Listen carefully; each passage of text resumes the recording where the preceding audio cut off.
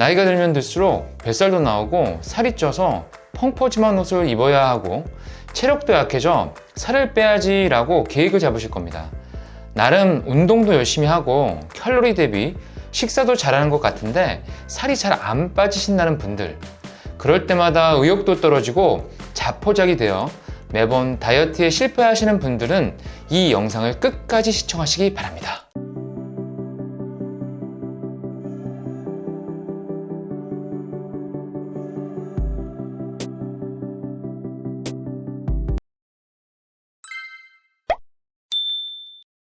안녕하세요. 일반인들도 쉽게 따라할 수 있도록 건강운동 정보를 알려드리는 3H 채널 건강멘토 김멘토입니다. 제가 필드에서 운동을 지도해드린 지 20년 정도 되었는데요. 다들 처음 오시면 공통적으로 말씀하시는 부분이 운동도 열심히 하고 식사도 잘 챙겨 먹는데 살이 잘 안 빠진다고, 심지어는 물만 먹어도 살이 찐다고 하시는 연배가 있으신 회원님들도 계셨습니다. 고민을 들어보고 내용을 체크해보면 공통적으로 잘 안 되는 이유를 확인하게 됩니다. 난무한 정보 속에 원하는 답을 찾지 못했거나 아니면 스스로 알고 있는 식단과 운동법을 수집해서 재해석한다는 것이었습니다. 그리고 오래가지 못한다는 것이었죠. 그러다 보니 지식과 정보가 본인에게 흡수가 잘 안 되게 되고 운동 선생님이 시키는 대로만 하거나 운동 정보를 수집하기만 한다는 것이었습니다. 결국 자신이 생각한 대로 몸이 변하지 않게 되고, 변하지 않으니 동기부여가 생기지 않고 성장도 안 되고 결국 재미가 없어지게 되는 것입니다.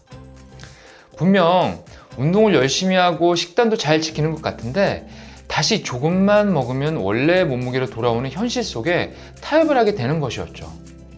그래서 여러분들이 현실과 타협하지 않도록 필드에서의 경험과 공부했었던 부분들을 접목해서 이해가 잘 되실 수 있게 펼쳐져 있던 퍼즐 조각을 잘 이렇게 수집해서 이렇게 수집할 수 있도록 이론적인 부분들을 알려드리고 그리고 도와드리려고 합니다. 잘 들어보시고 이해를 하셔서 자신의 것으로 만드시기 바랍니다. 우리가 섭취하는 3대 필수 영양소는 탄수화물, 단백질, 지방으로 인체의 모든 활동의 에너지로 사용을 합니다. 단백질은 주로 몸을 구성하는 성분으로 근육을 합성하는 데 사용을 하고, 탄수화물과 지방은 에너지를 이용하는데 남은 에너지는 피부 및 하층에 피하 지방으로 쌓이거나 장기들을 보호하기 위해 내장 지방으로 쌓이게 됩니다. 탄수화물은 짧고 굵게 큰 힘을 낼 때 사용을 하고, 지방은 길고 가늘게 힘을 긴 시간 사용할 수 있습니다. 체중이 늘지 않게 에너지를 소모시키기 위해서는 무산소 운동, 호흡이 거친 운동을 해서 탄수화물을 이용을 하거나, 유산소 운동인 호흡이 멈추지 않고 유지하면서 오래 이용을 하게 됩니다. 아니면 하루 식사량을 줄여서 먹어야 되는데 적게 먹는 것도 하나의 방법이긴 하지만 지속적으로 유지해가며 살이 잘 찌지 않는 몸으로 만들기 위해서는 인슐린이란 호르몬과 탄수화물과의 관계를 잘 이해하고 활용하는 것이 중요합니다. 첫 번째, 대체적으로 살을 찌게 만드는 영양소는 단백질도 아니고 지방이 아닌 탄수화물입니다. 탄수화물은 밥, 과일, 야채 등의 음식으로 몸 안에 들어가 혈액에서는 포도당, 포도당에서 근육과 간에 저장되어 글리코겐이라 불립니다. 음식으로 섭취하게 되면 단백질과 지방에 비해 인슐린 수치를 많이 올리기 때문에 한 번에 과식하거나 밤늦게 먹게 되면 살이 잘 찌게 됩니다. 그 중에서도 혈당 스파이크를 올리는 음식을 피해야 되는데, 혈당 스파이크란 식후에 혈당이 급격하게 이렇게 상승했다가 급격하게 다시 떨어져 내려가는 현상입니다. 혈당이 급격히 상승하게 되면 췌장에서 많은 양의 인슐린을 분비하면서 각 세포들에 저장되는 영양소가 인슐린에 둔감해지는 인슐린 저항성이 생기게 됩니다. 한마디로 세포의 흡수가 잘 안 된다는 얘기입니다. 영양소들이. 이로 인해서 세포가 포도당을 효과적으로 사용하지 못하게 만들고 더 많은 인슐린을 분비하게 되고, 고혈당 상태를 방지하기 위해 혈중 포도당을 체내에 저장하려고 합니다.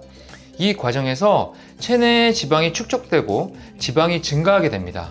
또한 인슐린이 분비하는 동안 지방을 에너지로 안 쓰고 탄수화물만 사용을 하게 되어 지방이 연소되지 않는다는 것입니다. 즉, 혈당 스파이크를 올리는 음식을 먹게 되면 지방이 몸에 잘 쌓이게 되고 운동을 하더라도 체지방이 잘 안 빠진다는 것이죠.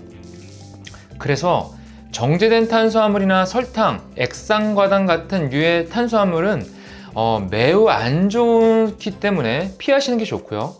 비정제 탄수화물 종류의 복합 탄수화물 위주로 드시는 것이 좋습니다. 비정제 탄수화물에는 식이섬유, 비타민, 무기질 등 다양한 영양소가 함유되어 있어서 혈당을 천천히 올려주고 포만감이 오래 유지됩니다. 그렇다고 많이 드시면 오히려 과식을 하게 되어 혈당이 급속도로 올라가니 살을 빼고 싶다면 식사 시 밥은 반 공기 정도나 3분의 2 공기 정도 드시고 나머지는 반찬으로 드시는 게 좋습니다. 두 번째, 혈당이 천천히 올랐다가 천천히 내려갈 수 있도록 야채와 단백질을 먼저 섭취하고 탄수화물을 그 이후 드시면 됩니다. 혈당이 천천히 올라가면 인슐린도 천천히 올라가고 천천히 내려갑니다. 살이 찌는 이유는 갑자기 올라가는 인슐린이 더 많이 분비되어 혈당이 내려가는 것보다 더 많이 내려가서 과도한 인슐린 분비로 인해 지방이 빠지지 않게 됩니다. 앞서 설명드렸지만 과도한 인슐린 분비는 인슐린 저항성이 생기게 되어 혈중에 남아있는 혈당을 낮추기 위해 몸에 지방으로 저장하기 때문입니다. 그래서 인슐린이 급격하게 올라가지 않도록 혈당이 천천히 올라가는 단백질, 이런 고기, 생선, 두부 등을 먼저 드시고 그거에 겸해서 야채를 함께 드시면 좋고요. 그리고 나서 탄수화물, 이런 밥 종류나 곡류나 과일 종류를 나중에 드시는 것이 혈당이 빠르게 올라가지 않아 살이 잘 찌지 않게 만듭니다. 세 번째, 음식을 섭취하고 식후 1시간 반에서 한 2시간 동안에는 먹었던 음식물들을 저장하기 위해서 인슐린이 분비를 하게 되는데요. 이때 이런 과정에서 몸에 저장된 지방을 활용하기보다는 저장된 당을 사용하게 됩니다. 몸 안에 저장되어 있는 혈중의 당을 먼저 사용하고 그리고 근육과 간에 저장된 탄수화물을 사용하게 되기 때문에 식후에 2시간 안에는 지방을 이렇게 걸어 잠그고 탄수화물을 먼저 이용한다고 보시면 됩니다. 연배가 있으신 분들이나 부모님들이 식사 후에 소화시킬 겸 30분에서 1시간 정도 걷기 운동을 하시는데도 살이 안 빠진다고 하시는 이유가 바로 여기에 있는 것입니다. 따라서 식후 2시간 안에 운동을 하게 되면 칼로리는 소비될지 몰라도 지방이 잘 빠지지 않습니다. 결론적으로 식후 2시간 이후에 운동을 하는 것이 지방을 연소시키기에는 좋습니다. 자, 여기까지 1강의 반 정도를 먼저 강의를 드렸고요. 이 건강운동 상식은 보통 6분에서 7분 정도 제작이 됩니다. 자, 그러면 바로 다음 강의를 확인해 보시기 바랍니다.